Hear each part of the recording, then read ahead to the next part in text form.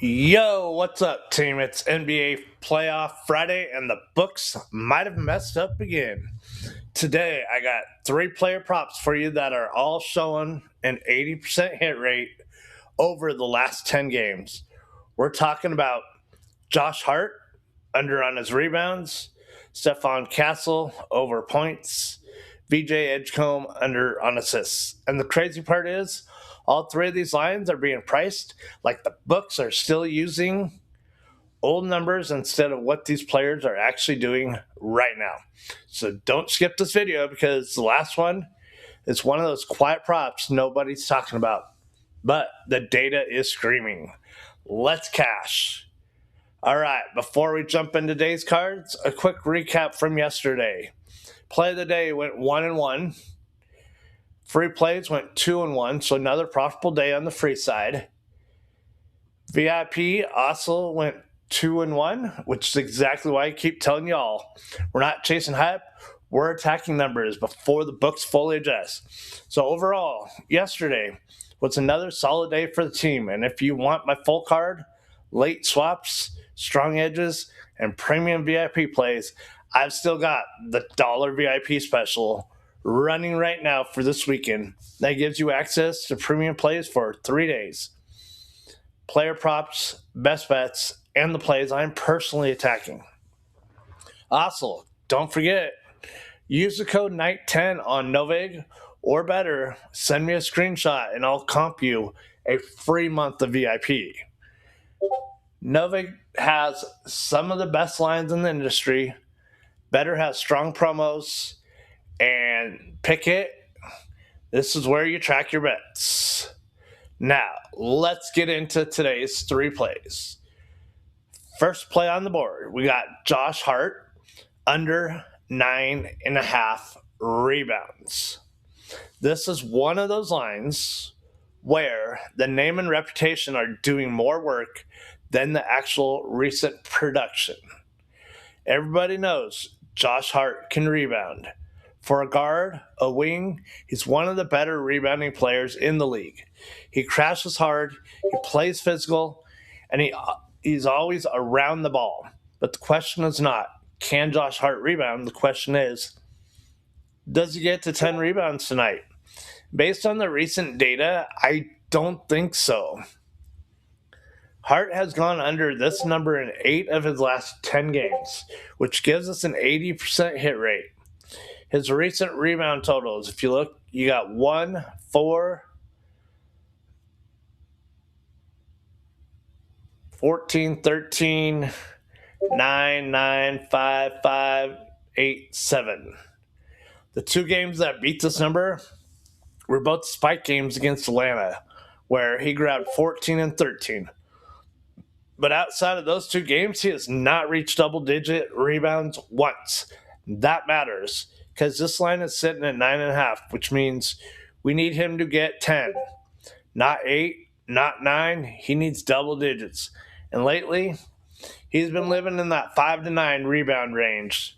The matchup against Philly is also important. Against the 76ers, Hart had 8 rebounds and 7 rebounds in the 2 most recent matchups shown on the chart. Both of them stayed under. This tells me this matchup has not been giving him the same rebounding ceiling. Another big factor is pace. Playoff-style Knicks versus Sixers, games usually slow down. Fewer possessions means fewer shot attempts. Fewer shot attempts means fewer rebound chances. That hurts overs and helps unders. Also, with New York's bigs active on the glass, Hart does not have to do everything rebounding-wise. If the Knicks, that naturally takes some chances away from him. And when Hart is being asked to defend, run the floor, cut, and help initiate offense, he is not always sitting under the rim waiting for rebounds. That's why I like the under.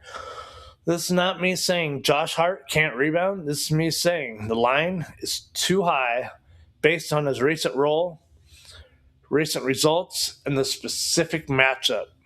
My projection is 7 to 8 rebounds. The official play, Josh Hart under 9.5 rebounds. All right, quick pause right here. If you're getting value from the breakdown, smash that like button. Let's try to get this video to 10 likes today. If we do, I'll drop a free bonus pick tomorrow.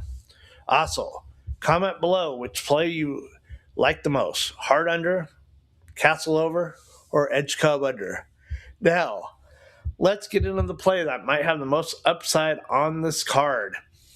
And that's going to be our Stefan Castle over 15.5 points. This is my favorite type of over. Why? Because it's not just about one big game. It's about roll, confidence, minutes, usage, and shot volume. Castle's gone over this line in 8 of his last 10. Another 80% hit rate. His totals 20, 19, 10, 17, 18, 33, 16, 15, 17, 21. And yes, there were 2 misses in there, 10 and 15 points. But even the 15-point miss matters most because he missed the line by half a point. That tells me this number is very reachable. Even when he doesn't have a perfect game, Castle does not need to explode for 25 or 30 to cash this. He just needs 16 points. That's a very reasonable ask for a player who has recently been living around 17 to 21 points. Now, let's talk about why this number may still be low. Castle's role has grown. He is not just standing in the corner waiting for catch and short shoot looks. He is attacking downhill, getting touches on the ball, creating off the dribble, and putting pressure on the defense. That's exactly what we want in a points prop. Because players who create their own shot have more ways to score. He can score in transition. He can get to the rim. He can draw fouls. He can hit mid-range looks. He can get easy buckets off broken plays. The free throw angle is big too. When a player attacks the paint, he doesn't have to rely on jumpers. If the shot is not falling early, he can still get to the line and build his total. This is huge for an over. Against Minnesota, this matchup is not easy, but can actually help his usage. The Spurs are going to need shot creation. They're going to need someone who can break down the defense and make plays. Castle has been one of those guys. And in the 2 recent games against Minnesota, shown on the chart here, he's had 17 and 21. Both cleared the sign. That gives us matchup confidence here. The biggest thing with Castle is that this line feels like it was not fully adjusted to its current role. A few weeks ago, 15.5 may have felt fair.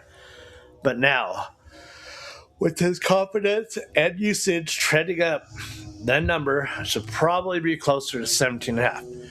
That's where the edge is. My prediction, 18 to 21 points. The official play, Stefan Castle over 15.5 points. And this is why I always say, do not look at full season averages. Full season averages can lie. The books love when people look at old numbers.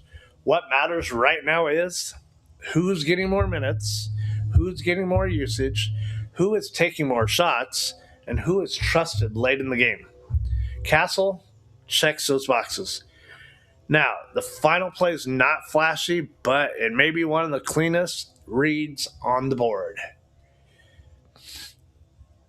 Final play, VJ Edgecomb under 3.5 assists. This is the type of prop that does not look exciting, but it does make a ton of sense. Edgecomb has gone under this line in 8 of his last 10, giving us another 80% hit rate. His assist totals 1, 3, 2, 5, 1, 3, 3, 4, 2, 3. So he has only cleared this number twice. This is important because the line is 3.5. That means he needs 4 assists to beat us. And in most of these games, He's landing at 1, 2, and 3. That tells us his normal range is below the number. The roll is the biggest reason I like this.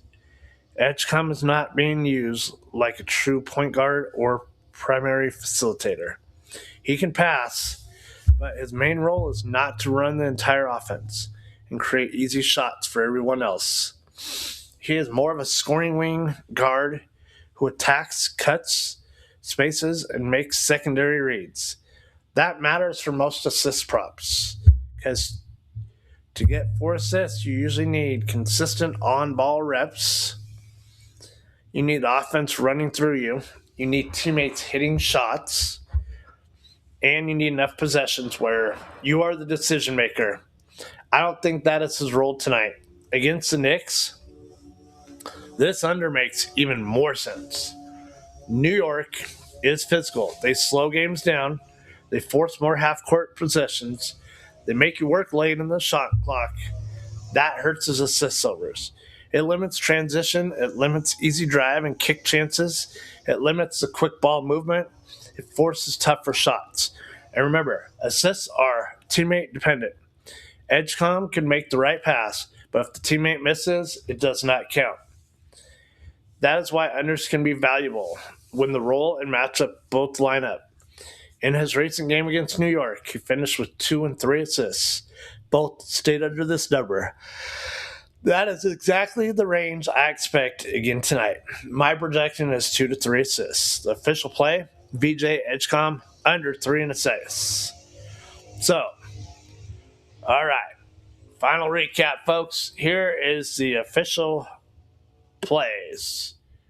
We got Josh Hart under 9.5 rebounds.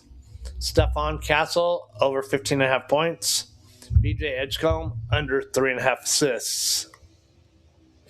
So, you guys, we're staying disciplined. We're attacking numbers. We're not forcing plays because it's playoff basketball.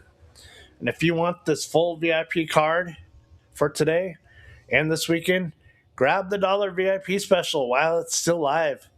Also, use code NIGHT10 on Novig and Better. Send me a screenshot. I'll comp you a free month of VIP. All right, make sure you guys smash the like button, subscribe if you're new, and comment cash if you're riding with the plays today. Let's have a great day. Thanks for the love and support.